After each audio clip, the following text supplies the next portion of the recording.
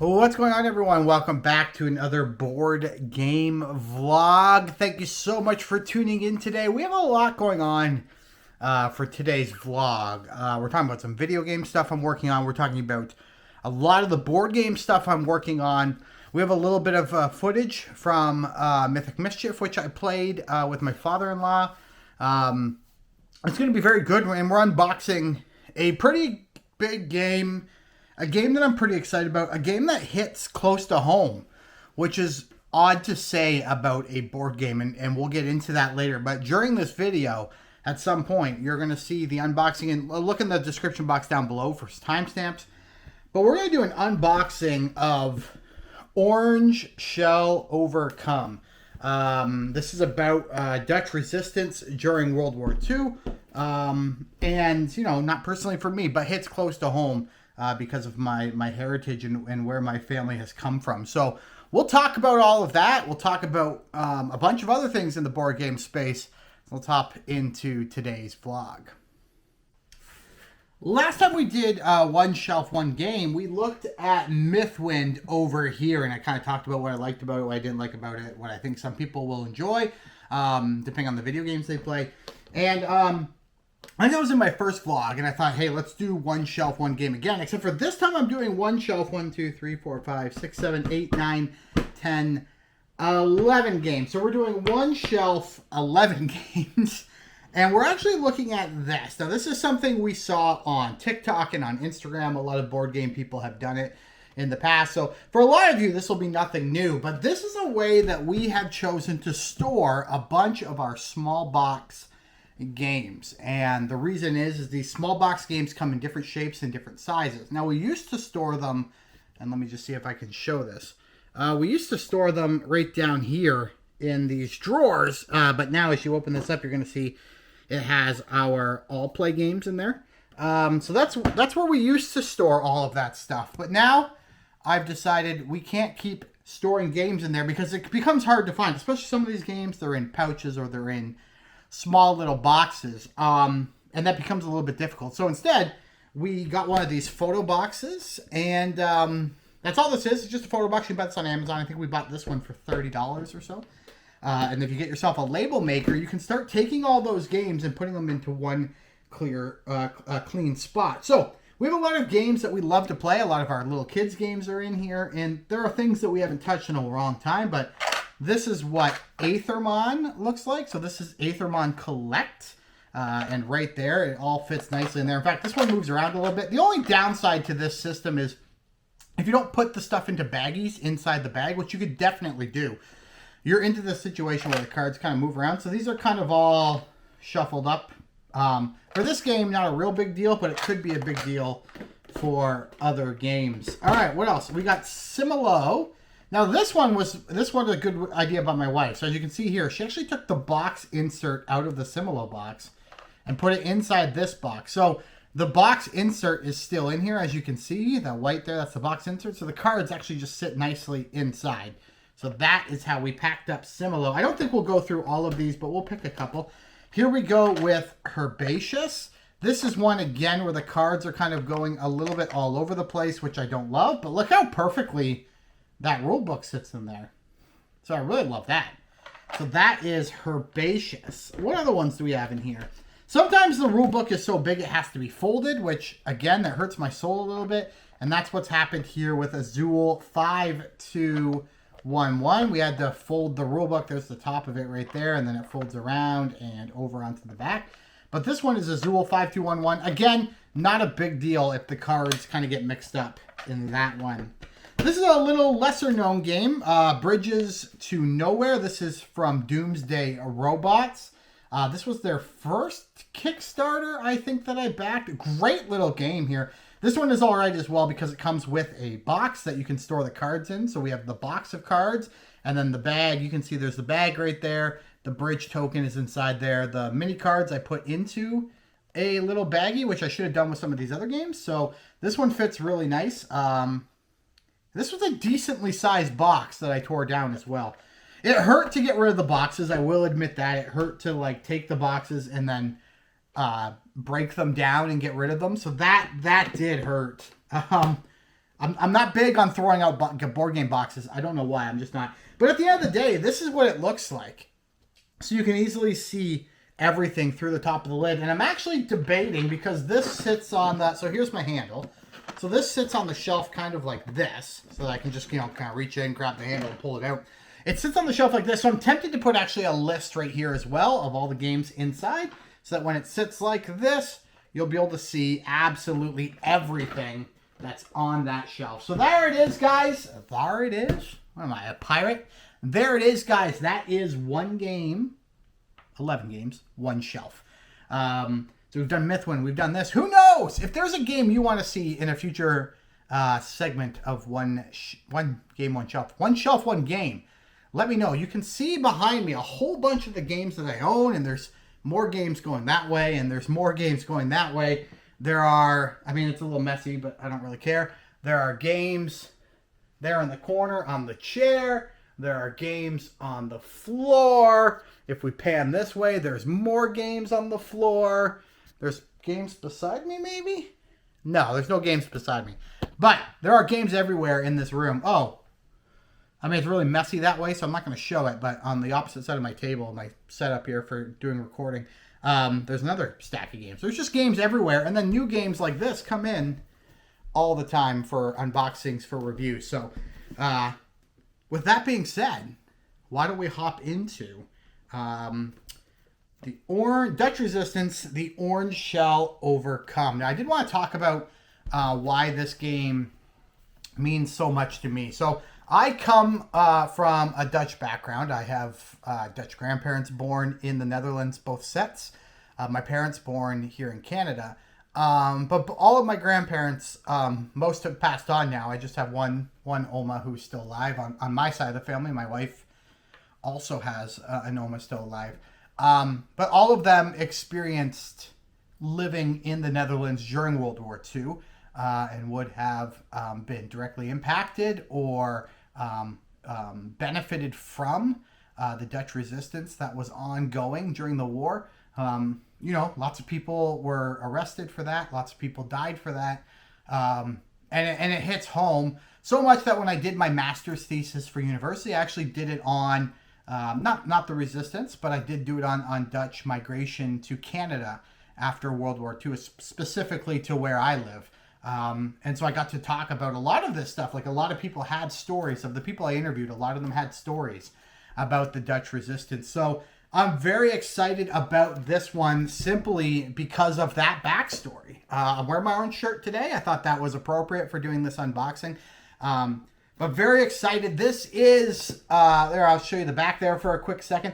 This is a cooperative game where you can work through a variety of scenarios. I'm just going to read the box for you really quickly just to give you an idea. Dutch Resistance, Orange Shell Overcome is a scenario-based cooperative game about the non-violent Dutch resistance during the Second World War. And that is so key because you hear the word resistance and you think violence. No.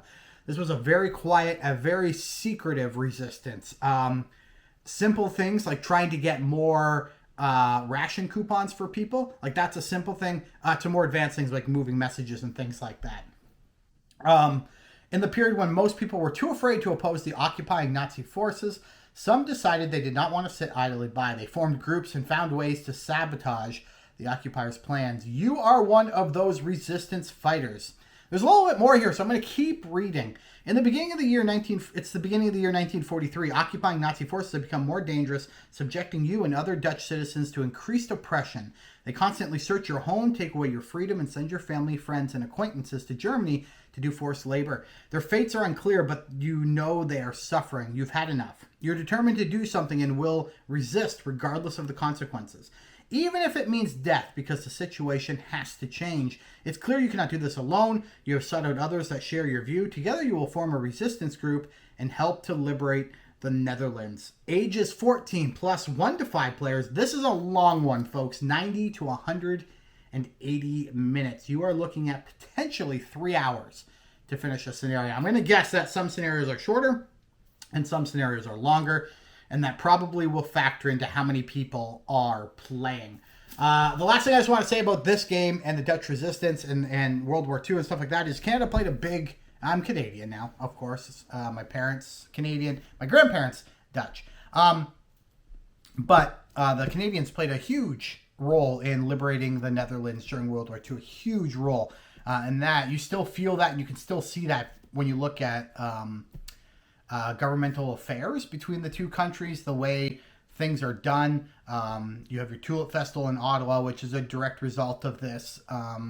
You have parades in the Netherlands for Liberation Day that Canadians and some Canadian liberators are still alive and are going to, and the amount of respect and the amount of thankfulness that Dutch people, even Dutch people who live in Canada now, have for Canadian soldiers is just insane. And so, yeah, there's a lot of ways that this hits home, and I'm really excited about getting this one open. So let's change the view and let's look down and see what comes in the box. All right, here we go. We got this little pack of cards, which I will open up after because I don't know what they are as of right now, so it seems silly to do that. Apologies for the glare. That's going to happen when you don't have nice studio lights yet. Here we go. Here is one side of the box, and I've already read and kind of shown you everything over here, but there you go in case you were curious. You can pause the video if you wanted to see that. All right, let's get this off. So this is the first time opening it, so there's going to be punch boards and I'm sure everything else that we have to think about. Let's get rid of the garbage. I just have boxes and boxes, like cardboard boxes and garbage everywhere. All right, let's do this. We'll set this over here to the side. All right, first things first is the game board. So often I find these tucked away, which is shocking to me, but let's take a look at this. Wow. Okay. That is one big board. Love over here, the little Dutch lion in the bottom corner. Let's see if I can get that into camera somehow. Let's see. Keep moving, keep moving, keep moving. There you go. You got the Dutch thing over there. Wow, that's nicely detailed.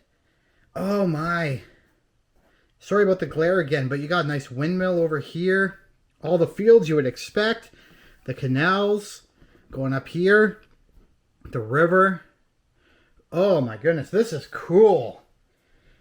This is cool. And then there is another side to the board, which I think is the same, but maybe provides just a different, more artwork, I think. And then you have a spot for your cards. Now, I love when there are a spot for cards on the board. I think that's amazing. One of my pet peeves, now, it's not really something that people care about, obviously, because more board game companies would do it if people cared. But I love the fact that there's a spot for stuff on the board in this game. I love that. All right, here we go. We've got some punch boards. I'm never a fan of the punch boards with the lip in them. Not because they're a problem. I just personally don't like, but it's not an issue. But there we go. Oops, sorry, bumped that. That's the punch board. And let's see. Oh, that's a satisfying punch. Oh, yeah, that's amazing. Okay, so this is good punch board. This is good punch board. You want to be concerned about punch board, especially when you get into these situations where you've got all these little lippy parts here. You don't want punching those out to be a problem. But there we go. We got tons of punch boards. More punch boards. Even more punch boards. Even more punch boards. So lots of punch boards. Looks like we got player boards here. And a bunch of other tokens and things. And then we got books. Let's take these out for a second. All right, this here seems to be just your scenario number 1. Difficulty, as you can tell, it's difficulty basic. It's going to tell you where to place the police, where to place the soldiers, your alibis and your morale. And these will go up and down depending on if you get caught and stuff like that. You only have so many alibis. But then you can play it on normal. So this is basic mode, normal mode, hard mode, extreme mode. And I wonder if that's going to be the case for every scenario. I'm going to guess probably. Here's the goal of the scenario.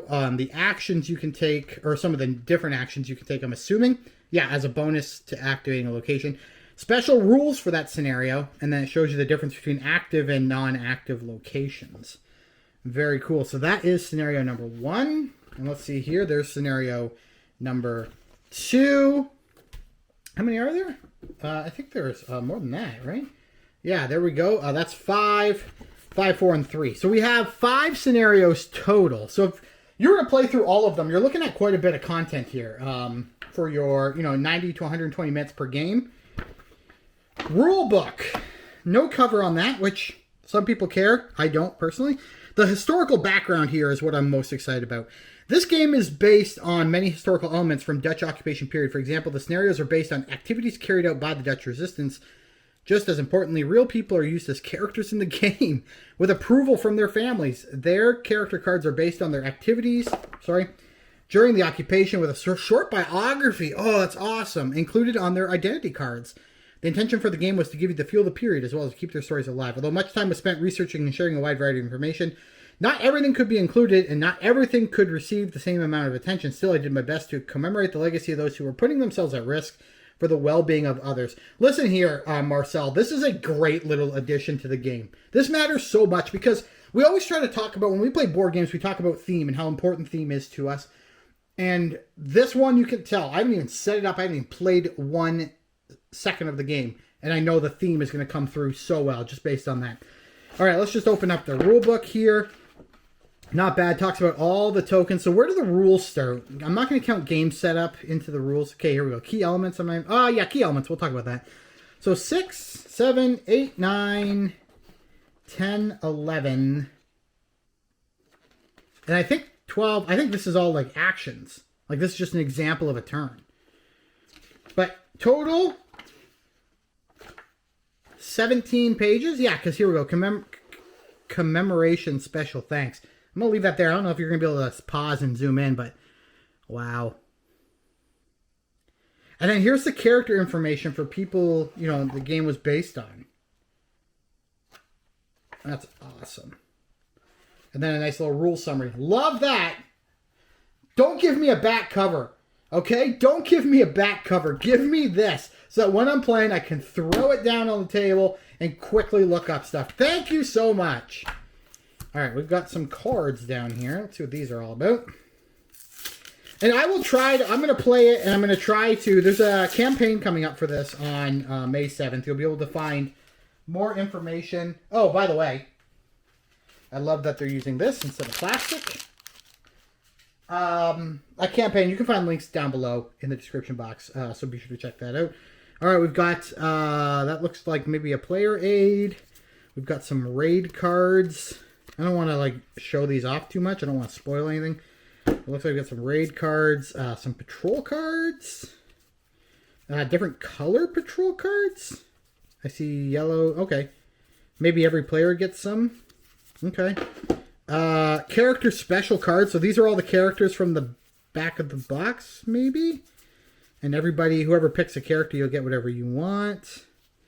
All right, cool. And then these are the character cards themselves. And as he said, on the back of those character cards, you're going to have a little bit of a story. This is so cool. This is so cool that you can read and figure out who your character is. I absolutely love that.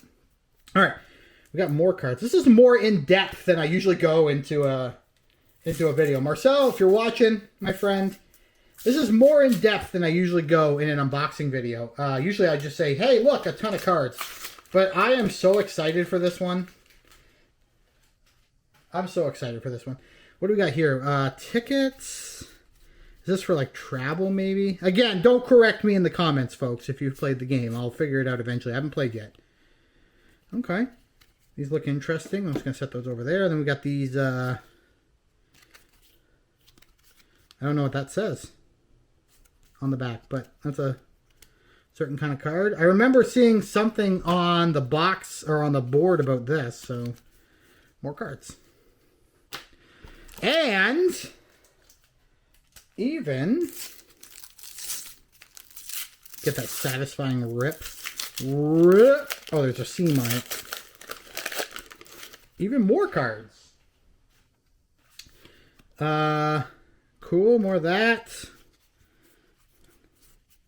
What are these?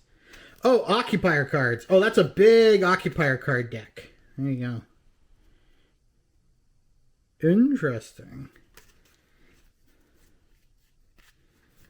And then there we go. We got some officers. These are the player aids, I'm going to guess. Right there. Okay. Set those aside. I wouldn't say this game has a fantastic insert, but at least it's got some kind of insert. I'm always a fan, you know me, I've talked about it many times. I'm a fan of plastic inserts where absolutely everything has a place. And that's not here, and that's fine. It doesn't need to be in every game. It's just what I prefer to see. It's never a slight. Like some people are like, oh, you're slighting the publisher. It's not a slight. It's a like to have. Not necessarily a need to have, but it makes it a lot better. I will say that. All right. More giant player aids, maybe? There we go. And then... oh, these are the Hulk cards. So you saw that on the board. Why is one the other way? That's weird. They had one card the opposite way in the sealed deck. That's kind of funny.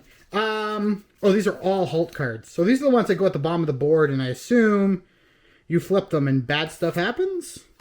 It looks like you flip them and bad stuff happens. So those are the Hulk cards. Can those fit right there? Oh, that looks nice. All right, I'm going to guess then. Actually, I can see through the paper here. That these are more Hulk cards. And I don't know how this game plays, but it seems like... I can't imagine you're going to go through...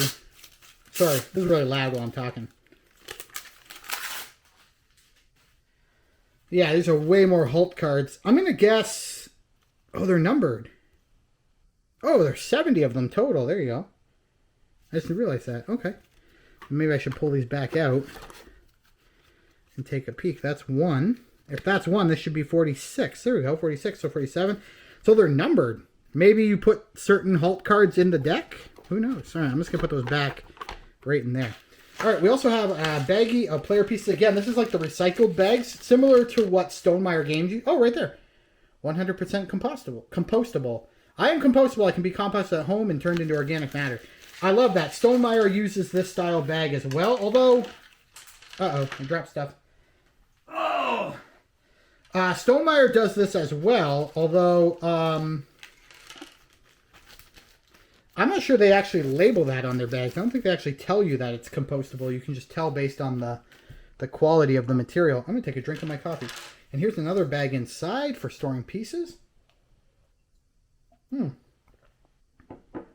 Okay, and then we got a bunch of pieces. We've got this wooden piece here. We've got this box.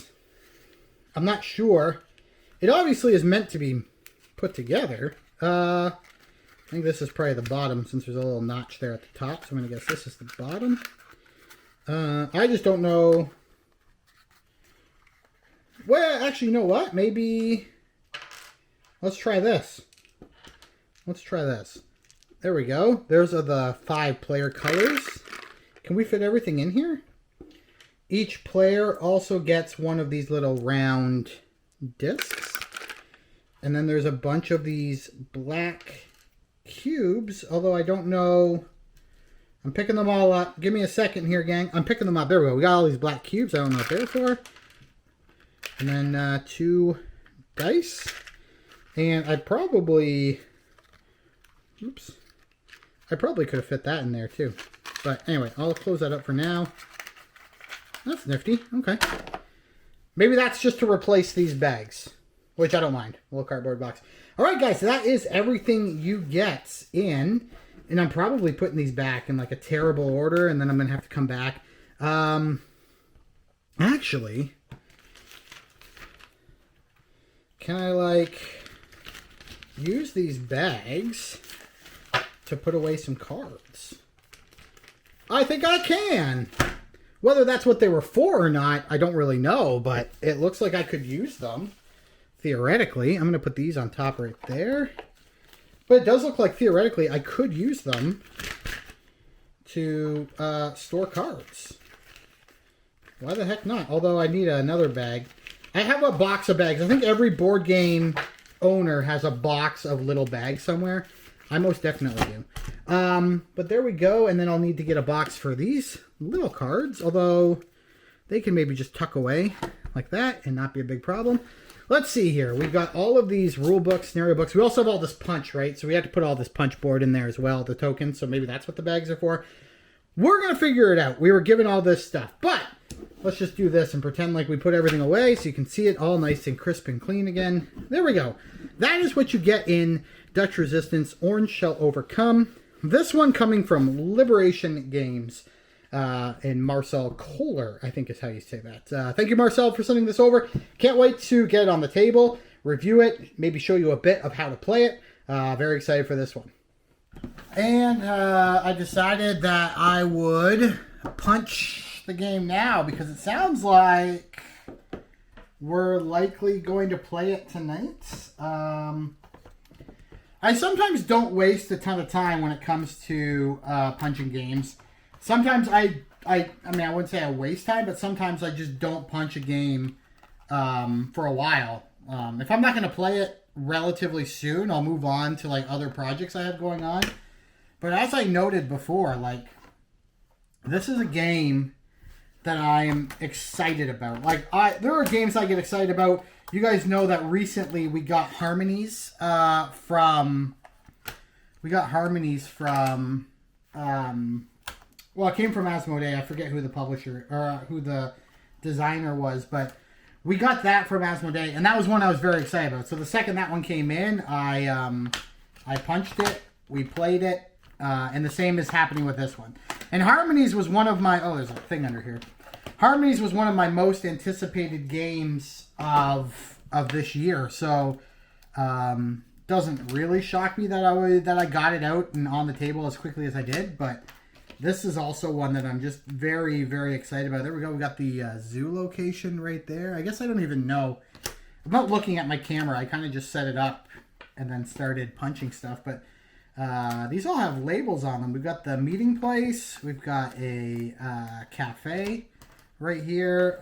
Informant, zoo, the farm, police station. Those are all pretty cool. I'm just going to set those over here. I'm a little bit nervous about putting this back in the box because I'm just not sure what I should be expecting. Are these player pieces? These kind of look like they come in the player colors, right? I think these could be player pieces.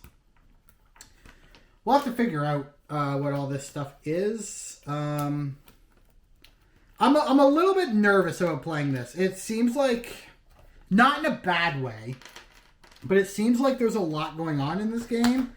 And I'm just curious. What are these Morel tokens? This is like an extended unboxing. Okay, just some Morel tokens. Anyway, back to my comment. I'm just a little bit nervous about getting this one to the table just because it seems like there's a lot going on. The rulebook, not that big, ultimately. What are these? These are like unsafe tokens. And these are just double. They're the same on each side. Double-sided. I don't know. There's a lot of tokens. This game's got a lot going on. And that's not a bad thing. I think these are all character... oh, these might be character pieces. Some of them are numbered. I don't know. The thing about these scenario-based games, though, is like you don't use every token for every scenario. So it's possible... oops, oh boy. It's possible that a lot of these are like tokens you use in one scenario, but potentially not another. So, I guess we'll see. There's some little tokens, and then whatever this is. Alright, that is finished. So I'll take that, and I missed. Oh, these look like they could go on top of something. Yeah. Anyway, this is the reason, I mentioned it during the video, this is the reason why I don't love these punch boards, is because here I am trying to punch this out, and it would be so much easier if it was just some sheets. That would make the whole process easier, as opposed to, having to, not manhandle, that's not the right word, but have to try to work through... there we go. This long piece here. That's the only reason. It's not other than that. Like, I'm not gonna say it's like a massive problem, because it's not a problem. It's just it's a problem when you unbox, and then it's not really a problem. So I hate to comment on it. And when I do comment on it, like I did in this video, I always like to say, these are the player boards, by the way. I always like to say, heads up, this is most definitely a personal kind of issue. This is most definitely a personal issue, not necessarily a problem with the game. So I don't mind it. I like it. I like doing the. I like punching. If it's a good punch, I don't mind punching. It's when these pieces stick and then they like tear and stuff like that. That's what I don't love. But anyway, I'm gonna keep punching this game so that I can start reading the rule book and figuring out how this one works so that I can play it tonight with my father-in-law. And I'm sure that in this vlog, you're gonna catch some of that. You're gonna catch a little bit of us playing. Just note it won't be a how to play. I'll try to do that in a later video or article, but it will be like a morale tokens. It will be a little. You'll be able to see a little bit of what's going on. So prepare for that. But yeah, I'm gonna keep going here, and I guess we'll chat again in a little bit. I'll go down. Okay, I'm gonna do this. Play this card. Yep. I'm gonna move 1 to 2, so I'll go down there, and I'll place a Vonk token on an adjacent location. Here? Yeah, because you're going there. I am. Typewriter. 2 morale and typewriter. That's not bad. There you go. Alright, and then I have to take an action. So I get a typewriter. And I can take the action, so I will spend that. So what does I need? 2 money. 2 money. 1 blue thing, whatever that is. Yep. 1 red and a typewriter. Perfect. So we'll put these back. There. Awesome. So that allows us. Ooh, he gets us one of these things. Get rid of this thing. All right. Well, I'll do my standard. Yep. Look at the top patrol. All soldiers, gray. Gray. All soldiers in the region. These guys. No one there. There's one guy there. A soldier and a guy. So when this guy crosses, it's going to lower the safety by dose. 2. Yeah. The soldier was black. So you go, okay, so he's this one over here is worrying me. This guy's, so they're just switching spots. Are they? Yeah. Or just one card? Oh, yeah. Did you take your action for that though too? Yeah. You sometimes forget. 3. Alright. Remember when you go through a halt to get that. Yeah. Alright. Okay. We're getting down to We're it. back up to, but we're back up to. We only have 3 rounds left. So a lot happened today. We did a lot of stuff between the Orange Shell Overcome and just unboxing that, getting that on the table, playing it was a ton of fun, by the way. What a fantastic, I've only played 1 scenario, but what a fantastic, very thematic game. It had me excited throughout the whole thing. It was a lot of fun. We also got a game of Harmonies in. It's upside down. We also got a game of Harmonies in. A lot of fun as well.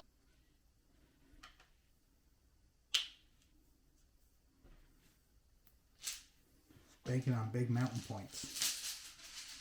So I think I have that one. Nice. Actually, I think this might have worked out well for me in the end. All in all, really good day, guys. Thanks for checking out the video. Please like, subscribe, and check out all the other content on the channel. But until next time, chat again real soon. Goodbye.